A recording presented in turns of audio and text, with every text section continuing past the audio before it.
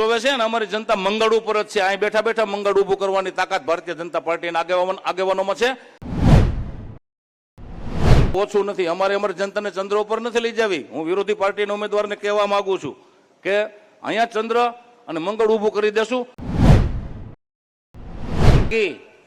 વંદે આજરોજ આપણા ઉમેદવાર અને આપણા જિલ્લાના હોનહાર યુવાન અને આપણા બેંકના ચેરમેન ભાઈ શ્રી કિરીટભાઈ પટેલના ચૂંટણી પ્રચાર કાર્યક્રમમાં સભામાં ઉપસ્થિત આપણા યશસ્વી અધ્યક્ષ, કેન્દ્ર સરકારના મંત્રી અને મારા અને તમારા સૌના લોકલાડીલા આદરણીય શ્રી સી.આર. પાટીલ સાહેબનું આજે મારા તાલુકામાં અને મારા ગામમાં હું અંતઃકરણપૂર્વક સ્વાગત કરું છું અને એમનું અભિવાદન કરું છું. સાથે સાથે મંચ ઉપર બિરાજમાન આપણા સૌ એવા આગેવાનો કે જે આગેવાનો થકી ગુજરાતની જનતાએ વર્ષો સુધી નરેન્દ્રભાઈને પ્રેમ આપ્યો છે અને નરેન્દ્રભાઈ આપણા મુખ્યમંત્રીથી લઈ અને દેશના વડાપ્રધાન બન્યા અને વડાપ્રધાન બન્યા પછી ભારતની શાખ જે રીતે વિશ્વમાં વધારી અને વિશ્વના નેતા આજે નરેન્દ્રભાઈ કહેવાય છે, એમના પાયામાં જે પડેલા છે, અહીં બેઠેલા મંચના તમામ કાર્યકર્તાઓનું હું સન્માન કરું છું, અભિવાદન કરું છું અને મારા ગામના આંગણે એમનું સ્વાગત કરું છું. મિત્રો, આ ચૂંટણી જે પેટા ચૂંટણી છે અને એ ચૂંટણીમાં આપણે 13 વર્ષનો વનવાસ દૂર કરવાનો છે મિત્રો. કેમ કે છેલ્લા 13 વર્ષથી આપણો વિસ્તાર ક્યાંક ને ક્યાંક કચડાનો છે. એક તો આપણો પછાત વિસ્તાર છે, તો આપણા વિસ્તારમાં ખેડૂતો માટે આપણે સૌની યોજનાનું પાણી લાવવાનો મુખ્ય પ્રાથમિક એજન્ડા છે.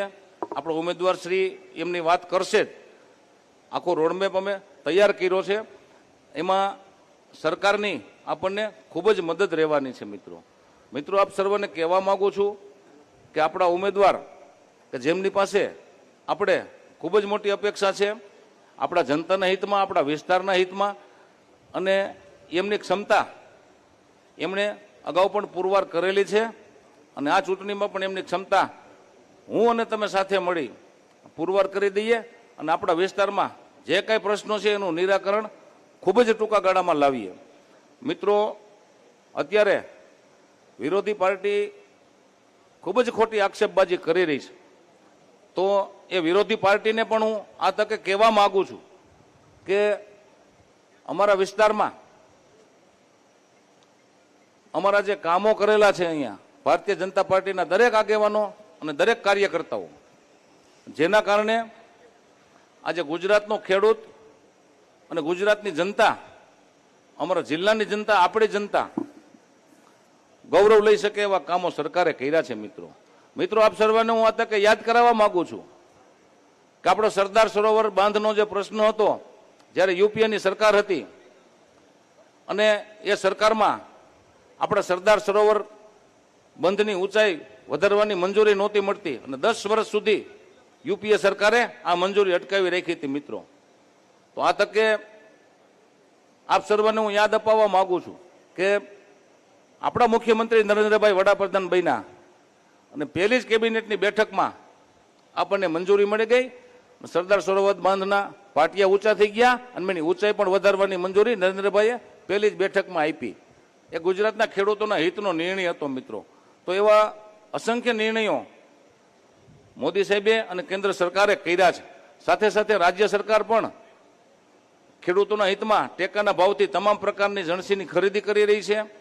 આજે ગુજરાતનો ખેડૂત દિવસે પાણી વાળે છે અને ખેડૂતોને ક્યાંય પણ હેરાનગતિ ન થાય, પરેશાની ન થાય, કનડગત ન થાય એ રીતે સરકાર કામ કરી રહી છે માનનીય શ્રી સી.આર. પાટીલ સાહેબના નેતૃત્વમાં. ત્યારે વિરોધી પાર્ટીને હું કહેવા માંગુ છું કે તમે હજી તો અહીંયા કશું કર્યું નથી.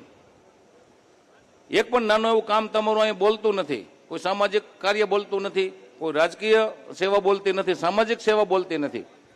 અને તમે અમારા આગેવાનો વિશે એલફેલ ભાષાનો પ્રયોગ કરો છો, એલફેલ ભાષાનો શબ્દ પ્રયોગ કરો છો. તો મિત્રો, અહીં બેઠેલી જનતા એ અમારો પરિવાર છે, અમારા ભાઈ ભાંડુ છે, અમારા બંધુ છે. તમે જે ખોટા આક્ષેપો કરો છો ને અમારા આગેવાનોને જે સંબોધન આપો છો, મોહમ્મદ ગજનીની ઓલાદ, ગુંડાઓ બોલે છે, લુખ્ખાઓ બોલે છે, તો મિત્રો એની વાતનો જવાબ અહીં બેઠેલા તમામ કાર્યકર્તાઓએ 19મી જૂને મતદાનના રૂપમાં એકનો જવાબ મિત્રો પથ્થરથી આપવાનો છે. અહીં એવી પણ વાત કરવામાં આવી છે વિરોધી પાર્ટી દ્વારા કે ભારતીય જનતા પાર્ટીમાંથી કોઈ પણ ઉમેદવાર આવે અને ચૂંટાય તો ચૂંટાઈ ગયા પછી ભ્રષ્ટાચાર કરશે, ભય ફેલાવશે અને ક્યાં મંગળ ઉપર લઈ જાય કે ચંદ્ર ઉપર લઈ જાય. આવી વાત એમણે કરી હતી મીડિયા સમક્ષ. તો આ તકે હું એમને કહેવા માંગુ છું કે અહીંના અમારા આગેવાનો, અમારા ઉમેદવાર, અમારા પૂર્વ ધારાસભ્ય શ્રી હર્ષદભાઈ હોય કે કનુભાઈ ભાલાડા હોય, અમારી જનતાને ચંદ્ર ઉપર કે મંગળ ઉપર નથી લઈ જવાની, પણ અહીંયા ચંદ્ર અને મંગળ બનાવવાની તાકાત અમારા આગેવાનોમાં છે. મિત્રો વિરોધી પાર્ટીના ઉમેદવારને હું આ તકે કહેવા માંગુ છું કે તમે ચંદ્ર ઉપર અને મંગળ ઉપર લઈ જવાની વાત કરો છો, એને હું કહેવા માંગુ છું કે આ ધરતી ઉપરથી 500 દીકરીઓના વિદાય થઈ છે, જેમ જયેશભાઈ રાદડિયા કરે છે એમ. એ મંગળ જ કહેવાય અને ચંદ્ર કહેવાય. અમારી દીકરીઓને અમે અહીંથી સાસરે મોકલીએ છીએ. મિત્રો ગૌચરની જમીન ફળદ્રુપ જમીન બનાવી અને 300 કરતા પણ વધુ ગૌ માતાને અહીંથી નિભાવણી કરીએ છીએ. એ અમારી જનતા જોવે છે અને અમારી જનતા મંગળ ઉપર જ છે. અહીં બેઠા બેઠા મંગળ ઊભું કરવાની તાકાત ભારતીય જનતા પાર્ટીના આગેવાનોમાં છે.